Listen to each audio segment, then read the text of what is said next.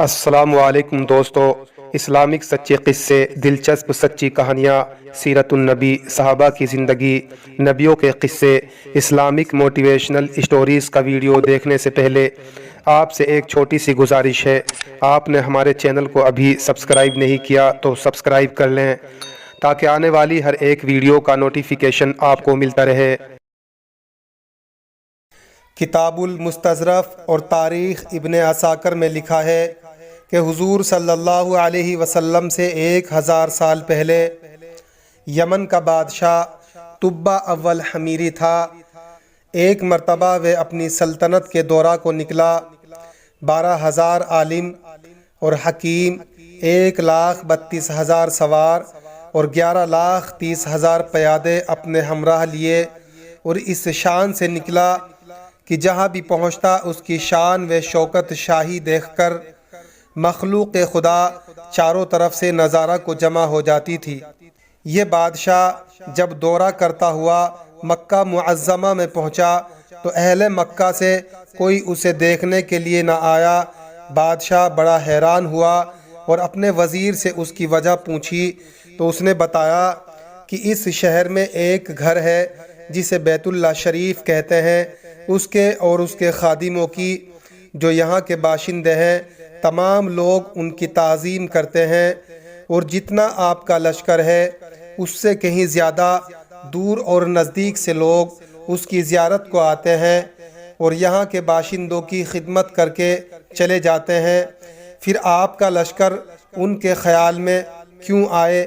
یہ سن کر بادشاہ کو بڑا غصہ آیا اور قسم کھا کر کہنے لگا کہ میں اس گھر کو کھدوا دوں گا اور یہاں کے باشندوں کو قتل کروا دوں گا۔ بس یہ کہنا تھا کہ بادشاہ کے ناک، منہ اور آنکھوں سے خون بہنا شروع ہو گیا اور ایسا بدبودار پیپ مادہ بہنے لگا کہ اس کے پاس بیٹھنے کی بھی کسی کو طاقت نہ رہی۔ اس مرض کا علاج بھی کافی کرایا گیا مگر افاقہ نہ ہوا۔ شام کے وقت بادشاہ کے پاس علماء میں سے ایک عالم بادشاہ کے پاس تشریف لائے اور نبض دیکھ کر فرمایا کہ مرض تو آسمانی ہے اور علاج زمین کا ہو رہا ہے۔ اے بادشاہ، آپ نے اگر کوئی بری نیت کی ہے تو فوراً اس سے توبہ کیجیے۔ بادشاہ نے دل ہی دل میں بیت اللہ شریف اور وہاں کے خداموں میں کعبے کے متعلق اپنے ارادے سے توبہ کی۔ توبہ کرتے ہی اس کا وہ خون اور مادہ بہنا بند ہو گیا اور پھر صحت کی خوشی میں اس نے بیت اللہ شریف کو ریشمی غلاف چڑھوایا اور شہر کے ہر باشندے کو 7 اشرفی اور 7 ریشمی جوڑے نظر کیے۔ پھر یہاں سے چل کر جب مدینہ منورہ پہنچا تو ہمراہی علماء نے، جو آسمانی کتاب کے بڑے عالم تھے، وہاں کی مٹی کو سونگھا اور کنکریوں کو دیکھا اور بنی آخر الزماں کی ہجرت گاہ کی جو علامت ہے انہوں نے پڑھی تھی، ان کے مطابق اس سرزمین کو پایا تو باہم عہد کر لیا کہ ہم یہیں مر جائیں گے مگر اس سرزمین کو نہ چھوڑیں گے۔ اگر ہماری قسمت نے ساتھ دیا تو کبھی نہ کبھی جب نبی آخر الزماں صلی اللہ علیہ وسلم یہاں تشریف لائیں گے ہمیں بھی زیارت کا شرف حاصل ہو جائے گا، ورنہ ہماری قبروں پر تو ضرور ہی کبھی نہ کبھی ان کی جوتیوں کی مقدس خاک اڑ کر پڑ جائے گی، جو ہماری نجات کے لیے کافی ہے۔ یہ بات سن کر بادشاہ نے ان عالموں کے واسطے 400 مکان بنوائے اور اس بڑے عالم ربانی کے مکان کے پاس حضور صلی اللہ علیہ وسلم کی خاطر 2 منزلہ ایک عمدہ مکان تیار کرایا۔ وصیت کر دی کہ جب آپ تشریف لائیں تو یہ مکان آپ کی آرام گاہ ہوگی، اور ان 400 علماء کی کافی مالی امداد بھی کی اور کہا تم ہمیشہ یہیں رہو، اور پھر اس بڑے عالم ربانی کو ایک خط لکھ دیا اور کہا کہ میرا یہ خط اس نبی آخر الزماں صلی اللہ علیہ وسلم کی خدمت میں پیش کر دینا، اور اگر زندگی بھر تمہیں حضور صلی اللہ علیہ وسلم کی زیارت کا موقع نہ ملے تو اپنی اولاد کو وصیت کر دینا کہ نسلاً بعد نسل میرا یہ خط محفوظ رکھیں، جہاں تک کہ سرکار عبد صلی اللہ علیہ وسلم کی خدمت میں پیش کیا جائے۔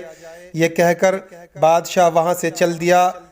وہ نبی کریم صلی اللہ علیہ وسلم کی خدمت میں 1000 سال بعد پیش ہوا۔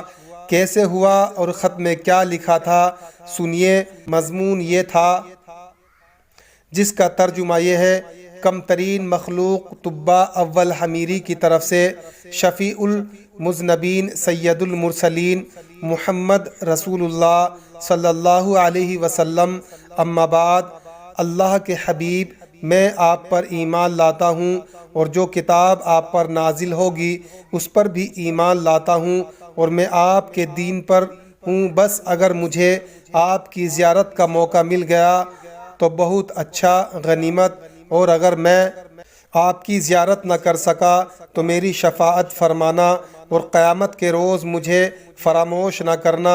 میں آپ کی پہلی امت میں سے ہوں اور آپ کے ساتھ آپ کی آمد سے پہلے ہی بیعت کرتا ہوں۔ میں گواہی دیتا ہوں کہ اللہ ایک ہے اور آپ اس کے سچے رسول ہیں۔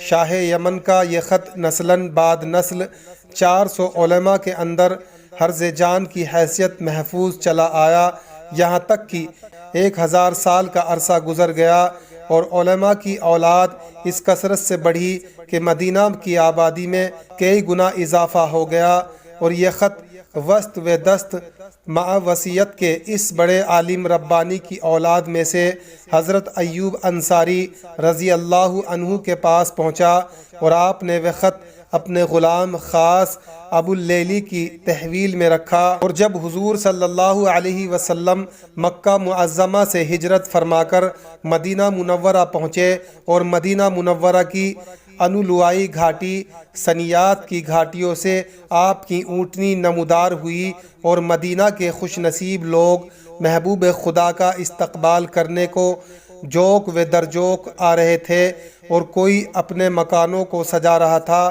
تو کوئی گلیوں اور سڑکوں کو صاف کر رہا تھا، کوئی دعوت کا انتظام کر رہا تھا، اور سب یہی اصرار کر رہے تھے کہ حضور صلی اللہ علیہ وسلم میرے گھر تشریف فرما ہو۔ حضور صلی اللہ علیہ وسلم نے فرمایا کہ میری اونٹنی کی نکیل چھوڑ دو، جس گھر میں یہ ٹھہرے گی اور بیٹھ جائے گی وہی میری قیام گاہ ہوگی۔ چنانچہ جو 2 منزلہ مکان شاہ یمن طبہ اول نے حضور صلی اللہ علیہ وسلم کی خاطر بنوایا تھا، وہ اس وقت حضرت ابو ایوب انصاری رضی اللہ عنہ کی تحویل میں تھا۔ اسی میں حضور صلی اللہ علیہ وسلم کی اونٹنی جا کر اپنے آپ ٹھہر گئی۔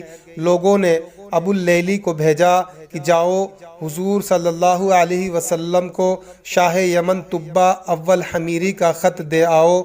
جب ابو اللیلہ حاضر ہوا تو حضور نے اسے دیکھتے ہی پہچان لیا اور فرمایا تو ابو اللیلہ ہے۔ یہ سن کر ابو اللیلہ بڑا حیران ہو گیا۔ حضور صلی اللہ علیہ وسلم نے فرمایا میں محمد رسول اللہ ہوں، شاہ یمن کا، جو میرا خط تمہارے پاس ہے لاؤ وہ مجھے دے دو۔ چنانچہ ابو اللیلہ نے وہ خط دیا اور حضور صلی اللہ علیہ وسلم نے پڑھ کر فرمایا صالح بھائی طبہ کو آفری شاباش ہو۔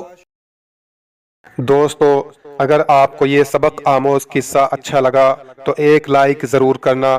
اگر آپ چینل پر نئے ہیں تو اس کو ابھی سبسکرائب کر لیں تاکہ آنے والی ویڈیو کا نوٹیفیکیشن آپ کو ملتا رہے۔ اللہ آپ کو ہمیشہ سلامت رکھے۔